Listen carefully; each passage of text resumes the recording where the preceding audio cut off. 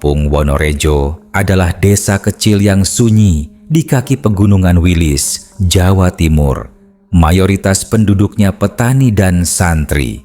Masjid Jami Al-Barokah berdiri di tengah-tengah kampung, dan tepat di belakang masjid itu, berjarak tak sampai 20 meter, terdapat sebuah tanah pemakaman umum yang sudah ada sejak zaman penjajahan.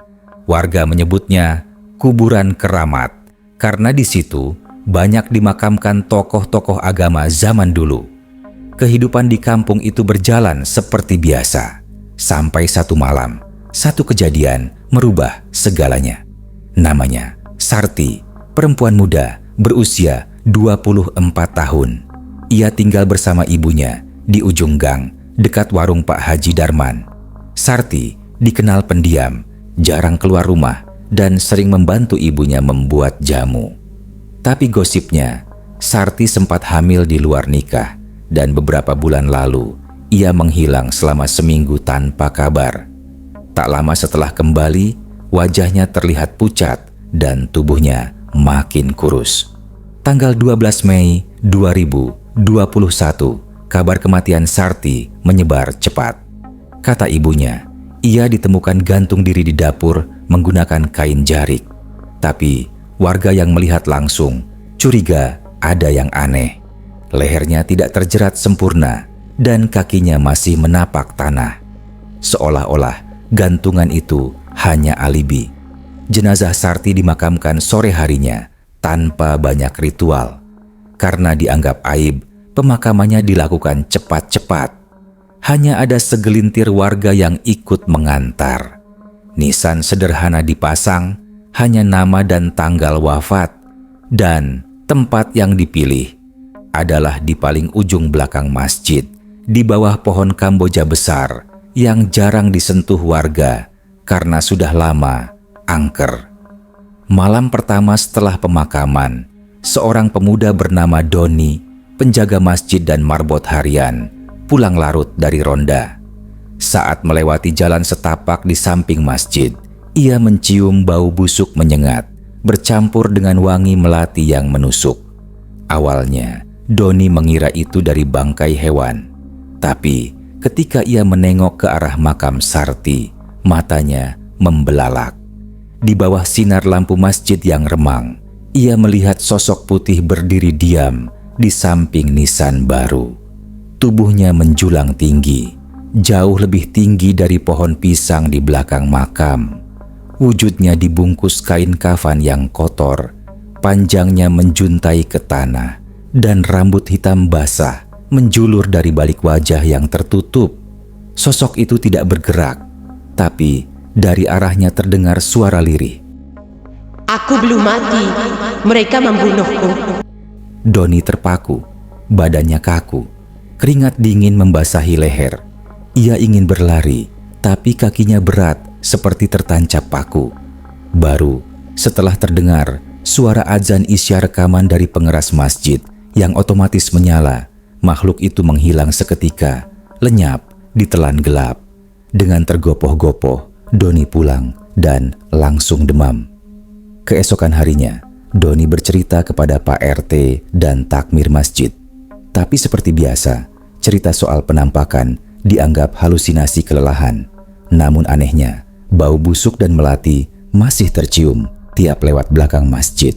Bahkan, beberapa ibu yang pulang dari pengajian malam hari mengaku mendengar suara tangis perempuan pelan-pelan dari arah pohon kamboja.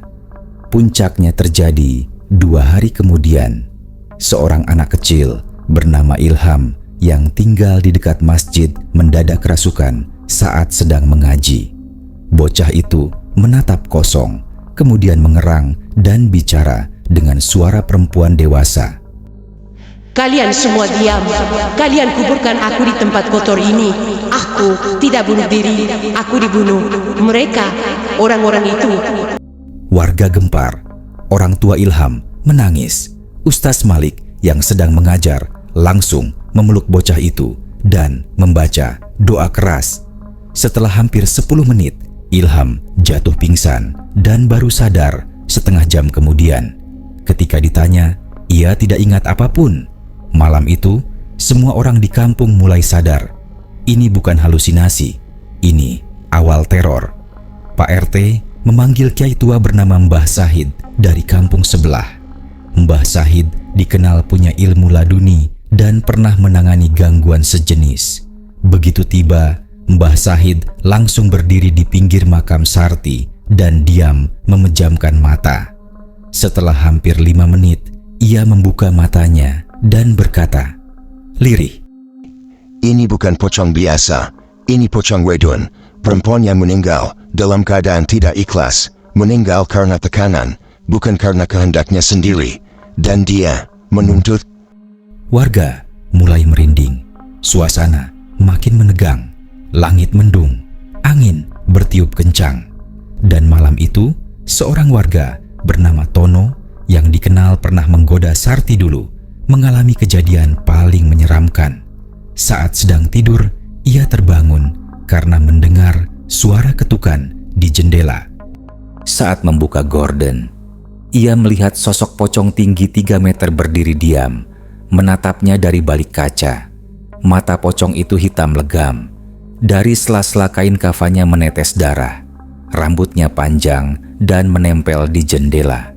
Dan ketika Tono menjerit, suara perempuan terdengar dalam benaknya. Kamu orang pertama. Lalu, pocong itu menghilang. Keesokan harinya, Tono ditemukan menggigil di pojok kamar. Tak bisa bicara, tak bisa makan. Matanya terus menatap ke jendela yang sama. Dan di luar rumah, bekas jejak kaki basah besar terlihat jelas di tanah, seolah makhluk tinggi itu benar-benar berdiri semalaman. Teror baru saja dimulai. Sejak malam Tono melihat pocong tinggi menjulang di balik jendela rumahnya, suasana kampung Wonorejo berubah drastis. Malam-malam jadi mencekam. Warga mulai takut keluar rumah selepas maghrib. Bahkan suara adzan Isya yang biasa menenangkan kini justru terasa menakutkan. Seolah mengingatkan bahwa malam telah datang dan bersamanya sesuatu yang tidak kasat mata berkeliaran di desa itu. Tono belum bisa bicara. Sudah 3 hari ia hanya duduk di pojok kamar. Sesekali bergumam sendiri, matanya memandang kosong. Warga mulai mengaitkan semua ini dengan kematian Sarti. Terutama sejak beberapa orang mulai mengalami gangguan yang sama. Bau busuk melati yang datang tiba-tiba, suara tangis dari arah pohon Kamboja, dan yang paling mengerikan, sosok pocong wedon yang berdiri diam memandangi rumah-rumah tertentu. Malam itu, tepat pukul 12.30, seorang ibu rumah tangga bernama Bu Wati terbangun karena mendengar suara isak tangis perempuan dari luar rumah. Ia pikir itu suara anaknya yang tidur di kamar depan. Tapi saat dilihat, anaknya terlelap. Suara tangis masih terdengar, pelan, serak, dan panjang, seperti rintihan seseorang yang tersiksa. Dengan langkah hati-hati, Bu Wati menuju jendela ruang tengah dan mengintip keluar. Halaman rumahnya sepi, hanya diterangi lampu depan yang temaram. Tapi ketika matanya menengok sedikit ke kanan, ke arah pohon kelapa di dekat pagar, ia langsung tersentak. Di bawah pohon itu berdiri sosok pocong tinggi, tegak diam, hampir menyentuh pelepah kelapa paling bawah. Tubuhnya tertutup kain kafan kotor penuh tanah. Dari sela-sela wajahnya, terlihat rambut hitam basah menempel di dahi. Dan yang membuat Bu Wati hampir pingsan, makhluk itu menangis. Bukan sekadar suara, tapi bahunya terlihat terguncang, seperti manusia yang benar-benar sedang menahan perih. Lalu, perlahan pocong itu mendongak, dan Bu Wati melihat wajahnya hancur sebelah, seperti pernah dipukul benda keras. Bola mata kirinya keluar sedikit, bergoyang seperti menggantung. Suara tangis berubah menjadi rintihan. Kembalikan anakku. Mereka yang tahu, mereka semua harus dihukum. Seketika itu, Bu Wati menjerit keras, membangunkan suami dan 2 anaknya.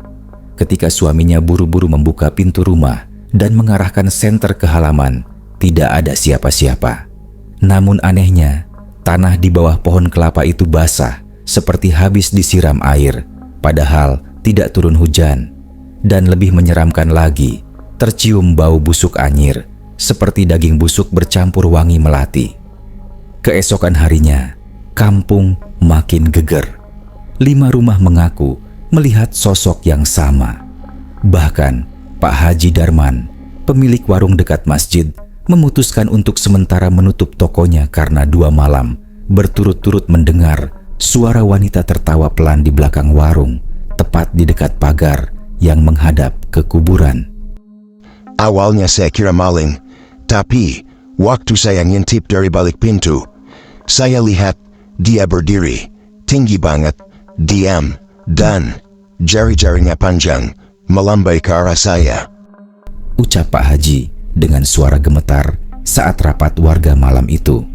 Kiai Mbah Sahid kembali dipanggil. Kali ini, beliau membawa seorang santri muda bernama Zubair yang dikenal memiliki mata batin. Ketika malam tiba, mereka berdua melakukan semacam ruatan ringan di area kubur belakang masjid. Tapi, belum 15 menit pembacaan ayat dimulai, angin kencang tiba-tiba berhembus dari arah utara, menerbangkan debu dan daun kering. Zubair tiba-tiba jatuh terduduk, matanya terbuka lebar tapi tak berkedip, mulutnya bergetar dan dari kerongkongannya keluar suara perempuan. Kalian semua tahu aku dibunuh, tapi kalian diam. Aku tidak mati karena gantung diri. Dia, mereka, 3 orang itu, mereka yang menutup mulutku. Kiai Sahid dengan cepat menempelkan telapak tangan ke dada Zubair dan membaca ayat kursi keras-keras. Tubuh Zubair kejang sesaat, lalu jatuh lemas. Saat sadar, Zubair menangis. Ia mengaku melihat dalam pandangannya seorang perempuan berpakaian putih dengan wajah rusak berdiri di atas makam Sarti, dikelilingi 3 bayangan hitam. Mbah Sahid menatap serius para warga. Kematian Sarti tidak bersih. Ia mati tidak wajar dan tidak diterima bumi. Inilah kenapa ia kembali dalam wujud pocong wedon, perempuan yang menuntut keadilan. Dan selama itu belum terjawab, ia akan terus muncul, mencium bau mereka yang terlibat.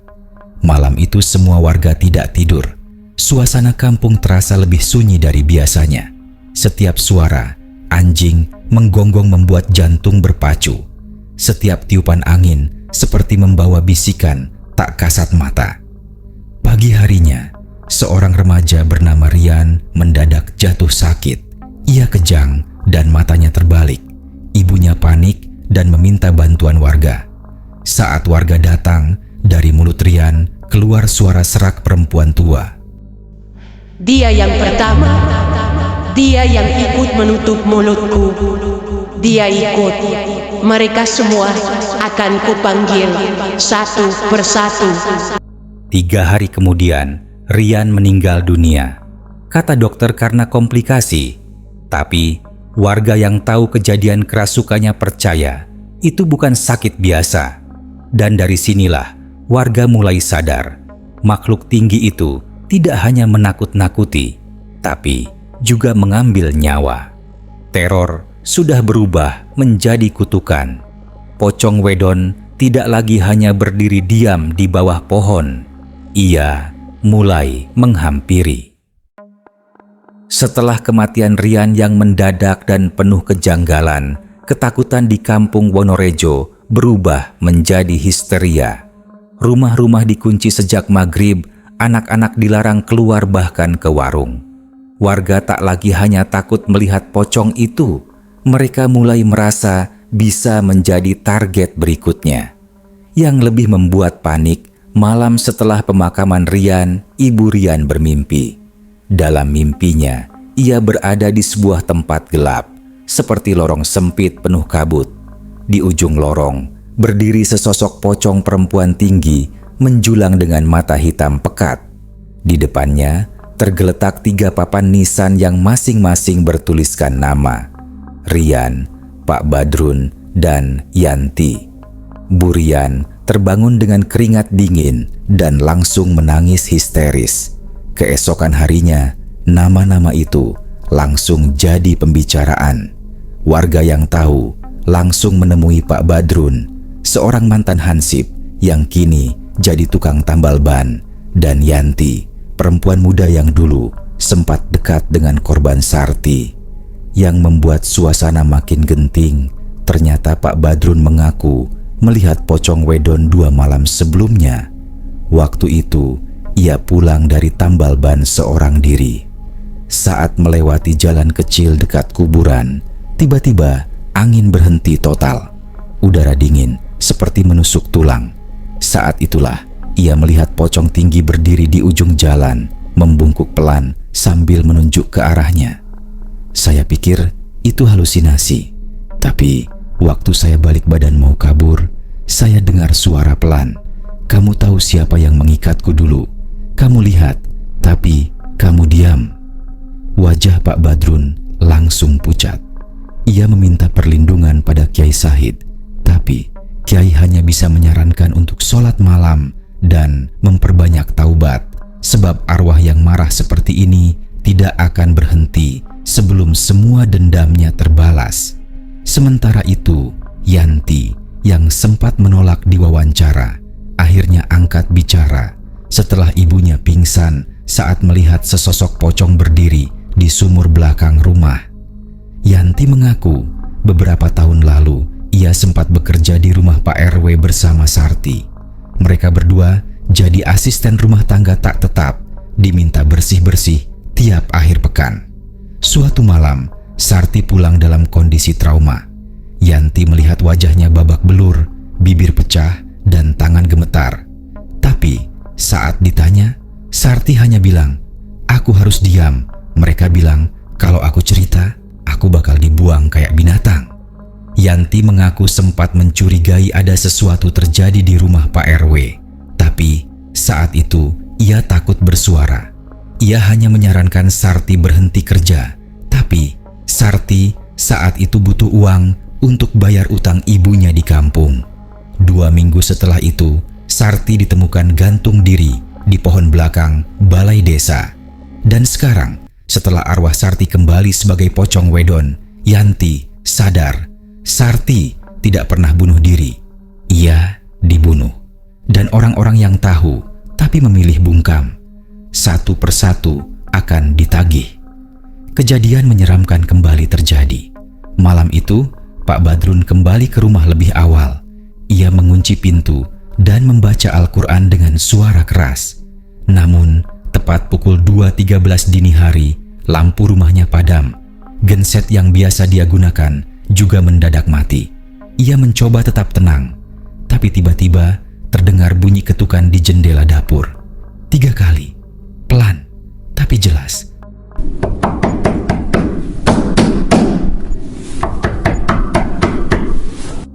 Dengan senter di tangan, Pak Badrun menuju dapur. Tapi saat mengintip dari jendela, ia melihat wajah rusak penuh darah dengan mata terbuka lebar menatapnya dari balik kaca.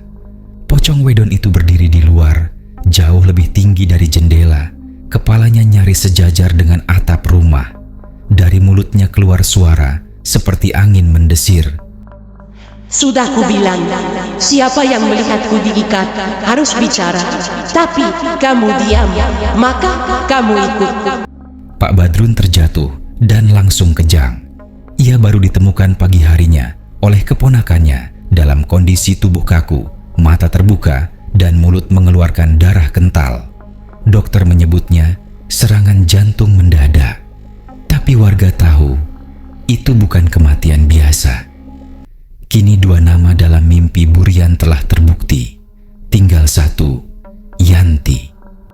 Yanti mendadak pindah ke rumah saudaranya di kota. Tapi malam sebelum ia berangkat, kucing peliharaannya ditemukan mati, menggantung di depan pintu dengan mulut robek, seolah dicabik dari dalam. Di lantai dekat bangkai kucing itu tertulis dengan lumpur, "Yang diam harus melihat sebelum dibungkam." Warga yang datang langsung panik. Kiai Sahid dipanggil lagi, dan memutuskan untuk mengadakan pengajian khusus dan doa bersama semalaman penuh di mushola kampung. Namun, pada malam itu, hujan deras turun sejak Isya. Suasana kampung gelap, listrik padam, dan dari kejauhan, suara tangisan kembali terdengar. Bukan dari satu tempat, tapi dari beberapa titik, pohon pisang, sumur tua, dan pekarangan kosong. Tangisan itu perlahan berubah menjadi tawa pelan, panjang, dan mengerikan. Masih ada yang belum jujur. Warga mulai bertanya-tanya, siapa sebenarnya yang membunuh Sarti? Jika yang mati hanyalah mereka yang tahu, lalu bagaimana dengan pelaku utamanya? Malam-malam makin tak aman. Pocong Wedon tidak hanya menampakkan diri, tapi juga membawa kutukan pada siapapun yang menyembunyikan kebenaran. Dan dari penglihatan terakhir Zubair, masih ada 4 nama lain yang belum terungkap. Nama-nama yang ada dalam daftar hitam kematian Pocong Wedon. Malam di kampung Wonorejo kini tak ubahnya seperti neraka. Setelah Pak Badrun tewas dalam kondisi mengenaskan dan Yanti menghilang tanpa kabar usai meninggalkan rumahnya malam itu, warga benar-benar yakin bahwa teror Pocong Wedon bukan lagi halusinasi. Ini nyata dan semakin hari semakin mengerikan. Zubair, pemuda kampung yang beberapa kali mengaku melihat penampakan pocong tinggi di ladang jagung, mulai dihantui mimpi berulang. Dalam tidurnya, ia selalu melihat hutan gelap dengan tanah merah dan bau darah yang menyengat.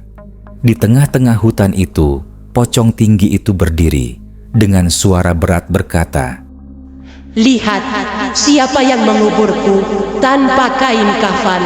Lihat siapa yang menutup mulut semua orang."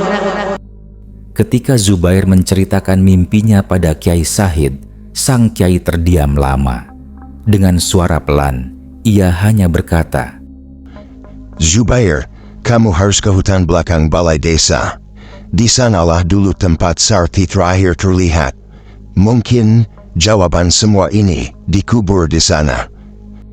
Zubair bersama 3 pemuda lainnya, termasuk Mamat, anak kepala RT, dan Darto, sahabat Rian, menyusun rencana. Mereka menyelinap ke hutan itu dini hari, melewati pohon bambu yang konon sering terdengar suara rintihan. Suasana sunyi mencekam, kabut turun perlahan menutup pandangan.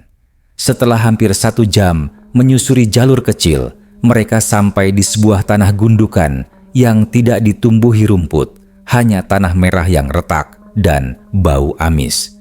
Zubair langsung gemetar.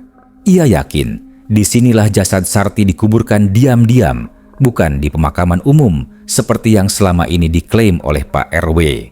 Tanpa banyak bicara, mereka menggali pakai cangkul kecil dan tangan kosong.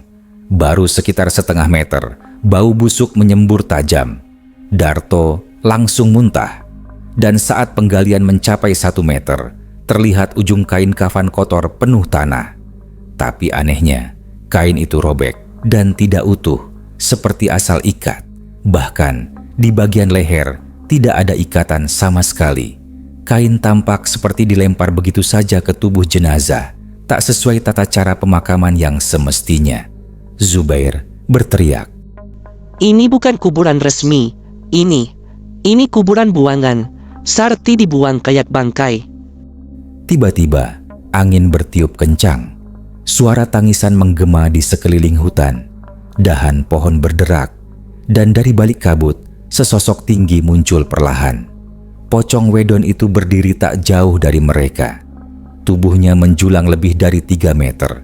Wajahnya penuh luka seperti bekas pukulan, dan kain kafan yang membungkus tubuhnya berlumur tanah dan darah hitam pekat.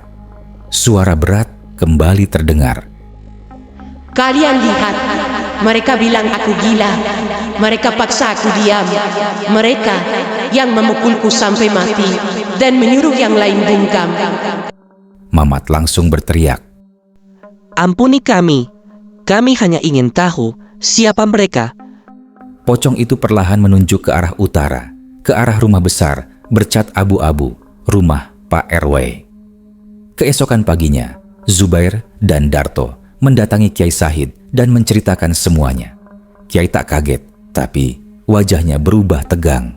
Ia akhirnya membuka sesuatu yang selama ini ia simpan. Beberapa tahun lalu, Sarti pernah datang ke rumah Kiai dalam keadaan ketakutan.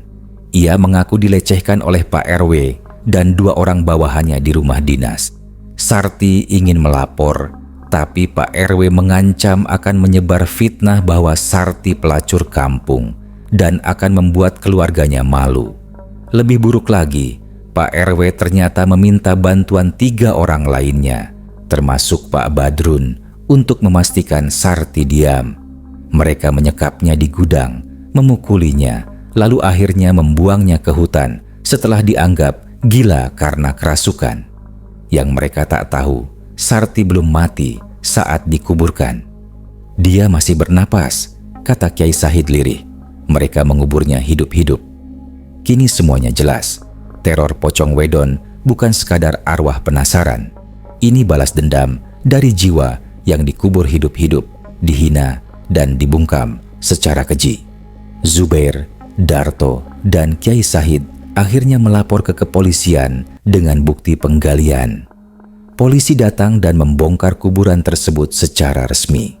Hasil forensik menyebutkan jasad dalam lubang tersebut adalah seorang perempuan muda dengan tulang rusuk retak dan luka-luka lebam di sekujur tubuh. Di paru-parunya masih ada sisa udara, menandakan kematian akibat kehabisan napas saat tertimbun tanah, bukan gantung diri seperti cerita versi Pak RW. Berita ini menggemparkan. Pak RW mencoba kabur malam itu, tapi tertangkap oleh aparat di terminal. Ia menangis, histeris, mengaku bersalah. Tapi semua sudah terlambat. Ia dan 2 rekannya kini di penjara.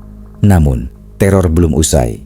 Malam setelah penangkapan, rumah Pak RW terbakar tanpa sebab. Saksi melihat ada sosok tinggi berselimut kain putih berdiri di atap sebelum api melahap rumah. Dan warga percaya, meski pelakunya sudah tertangkap, Pocong Wedon belum puas. Karena masih ada 1 nama lagi yang belum terungkap. Nama yang berada di balik rencana penguburan Sarti.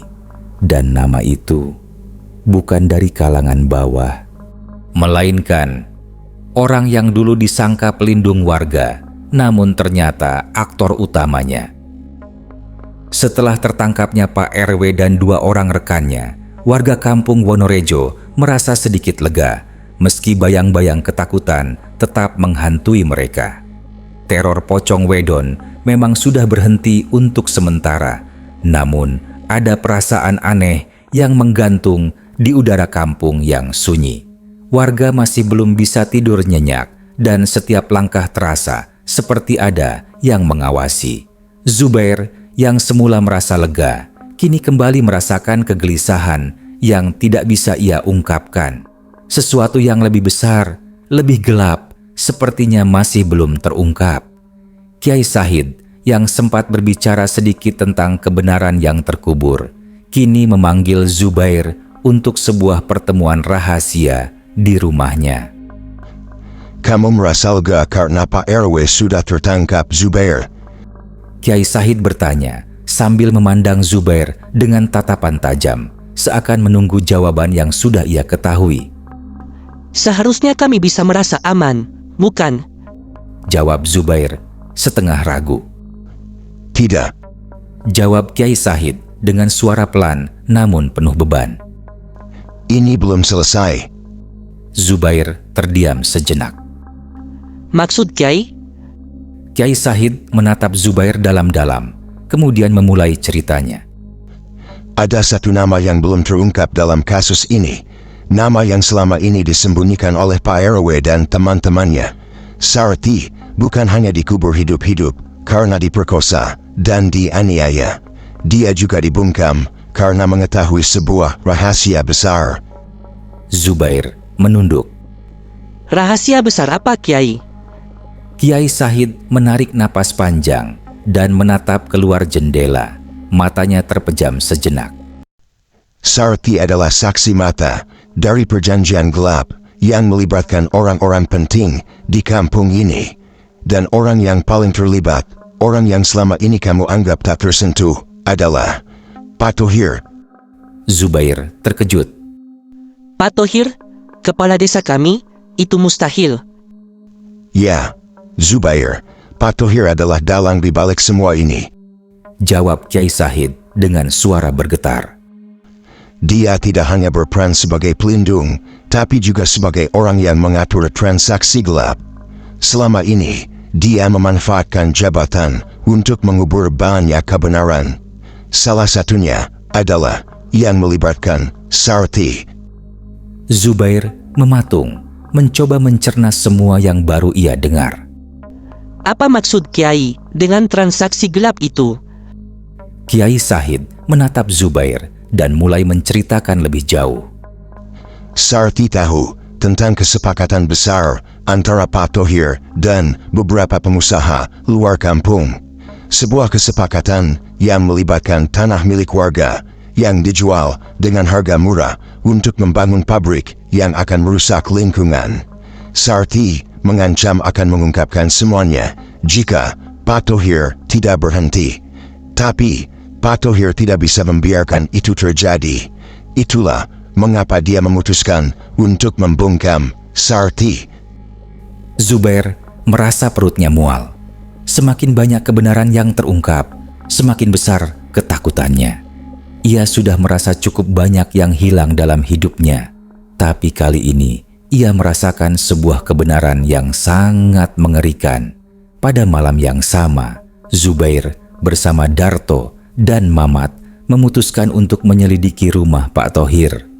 Mereka menyelinap di malam hari, mengikuti langkah-langkah kaki yang sudah tak asing lagi di jalan kampung yang gelap. Pak Thohir tinggal di rumah yang jauh dari keramaian, sebuah rumah besar yang dibangun dengan gaya klasik. Ketika mereka sampai di halaman rumah, suasana terasa begitu sunyi dan mencekam. Hanya suara jangkrik yang terdengar dan angin yang sesekali menyisir dedaunan. Zubair memimpin langkah mereka ke belakang rumah, di mana ada sebuah gudang tua yang sepertinya jarang digunakan. Mereka membuka pintu gudang yang sudah lapuk, dan di dalamnya mereka menemukan sesuatu yang mengejutkan. Di sudut ruangan, sebuah peta besar yang tertempel di dinding memperlihatkan lokasi tanah-tanah yang telah dijual Pak Thohir kepada pengusaha luar. Namun, ada satu lokasi yang tertutup dengan tanda merah besar. Lokasi itu adalah hutan tempat Sarti dibuang. Zubair merasa ada yang tidak beres. Di sisi lain ruangan, ia menemukan sebuah kotak kayu tua yang terkunci rapat. Dengan gemetar, Zubair membuka kotak itu. Isinya bukan hanya uang dan dokumen, tetapi juga foto-foto lama yang memperlihatkan Pak Thohir bersama beberapa orang kaya yang tak dikenal oleh Zubair. Ini dia, bukti yang kita cari, kata Zubair pelan. Darto yang berdiri di sampingnya terkejut. Ini foto Pak Thohir dengan pengusaha-pengusaha besar itu. Apa yang mereka rencanakan? Namun, sebelum mereka bisa melanjutkan, suara langkah kaki terdengar dari luar gudang. Zubair dan teman-temannya langsung panik dan bersembunyi di balik tumpukan kayu. Mereka menyaksikan Pak Thohir masuk ke dalam gudang, membawa sebuah lampu minyak yang menerangi wajahnya. Pak Thohir memandangi kotak kayu yang terbuka, kemudian tertawa pelan. Kalian pikir aku tidak tahu? Sarti tahu segalanya, tapi dia terlalu lemah untuk menghentikan kami. Seketika itu, Zubair merasa pusing. Apa yang ia lihat, apa yang ia dengar adalah bukti dari sebuah konspirasi besar yang membunuh Sarti. Bukan hanya untuk menutupi tanah yang dijual, tetapi juga untuk menjaga agar kepentingan pribadi mereka tetap aman. Pak Thohir menoleh ke arah tempat mereka bersembunyi dan berkata dengan suara yang dalam, Kalian tidak akan pernah bisa mengungkapkan ini kepada siapapun. Zubair tahu pertarungan ini belum berakhir, dan Pocong Wedon yang selama ini meneror kampung bukan hanya berusaha membalas dendam atas kematian Sarti. Ia ingin seluruh kebenaran terungkap. Dengan keberanian yang tersisa, Zubair dan teman-temannya berlari keluar dari gudang dan menuju rumah Kiai Sahid. Mereka tahu kesempatan untuk mengungkap semuanya sudah sangat dekat. Pak Thohir dan orang-orang di belakangnya harus dihentikan. Namun, yang Zubair tidak tahu adalah bahwa teror Pocong Wedon yang selama ini mereka takuti ternyata bukan hanya arwah yang mencari keadilan, tapi juga sebuah peringatan untuk mereka yang berani menantang kebenaran yang sudah lama terkubur.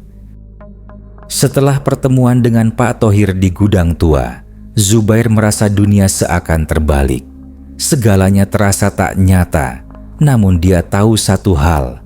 Mereka sudah sangat dekat dengan kebenaran yang selama ini disembunyikan.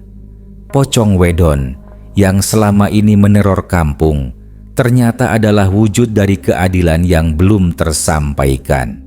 Keinginan untuk membalas dendam, untuk mengungkapkan kejahatan yang telah dikubur, semakin mendalam dalam hati Zubair dan teman-temannya. Pagi itu, setelah mereka keluar dari rumah Pak Thohir dengan penuh ketegangan, Zubair tahu bahwa mereka tidak bisa mundur lagi.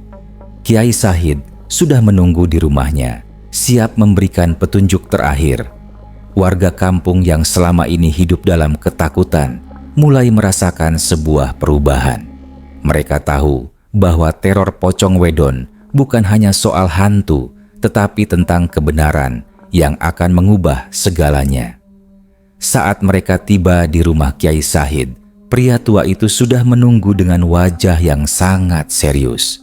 Zubair langsung membuka mulut. Kiai, kami sudah menemukan semuanya. Pak Thohir terlibat dalam kesepakatan gelap yang melibatkan tanah warga. Sarti dibunuh karena mengetahui rahasia itu. Kami perlu mengungkapkannya. Kiai Sahid mengangguk pelan. Betul Zubair, tapi ada satu hal lagi yang kalian harus tahu. Pocong Wedon bukan hanya sebagai tanda kemarahan arwah. Dia adalah penjaga keadilan yang datang untuk memastikan bahwa para pelaku kejahatan ini tidak akan lolos begitu saja. Zubair bingung. Tapi kami sudah menangkap Pak Thohir dan mengungkapkan semuanya. Apa yang harus kami lakukan sekarang? Kiai Sahid memandang jauh keluar jendela. Terkadang, keadilan tidak selalu tercapai dengan cara yang biasa. Kadang, arwah yang terlupakan harus memberikan peringatan terakhir supaya yang hidup menyadari betapa pentingnya kebenaran.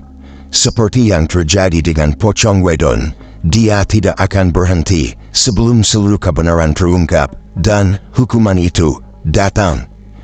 Tiba-tiba, suara kriak terdengar dari luar rumah. Pintu yang tertutup rapat bergetar dan udara di dalam rumah terasa semakin dingin. Zubair menoleh dan melihat dari balik jendela sebuah sosok tinggi yang perlahan melangkah menuju rumah Kiai Sahid. Pocong Wedon. Zubair berbisik dengan suara parau. Kiai Sahid menarik napas dalam. Inilah saatnya Zubair. Inilah saatnya untuk menyelesaikan semua ini. Begitu sosok Pocong Wedon mendekat, seluruh tubuh Zubair menggigil. Pocong dengan tinggi 3 meter itu berdiri tegak di depan rumah. Matanya yang kosong menatap tajam, dan udara di sekitarnya terasa berat. Semua yang hadir merasakan kehadirannya yang begitu kuat dan menyeramkan. Namun, yang lebih menakutkan adalah bahwa pocong ini datang bukan hanya untuk meneror, tetapi untuk memberikan satu pelajaran terakhir. Zubair merasakan matanya berair, seakan tidak bisa menahan ketegangan yang ada. Apa yang harus kami lakukan, Kiai? Tanyanya dengan suara bergetar. Kiai Sahid berdiri dengan tenang, menatap Zubair.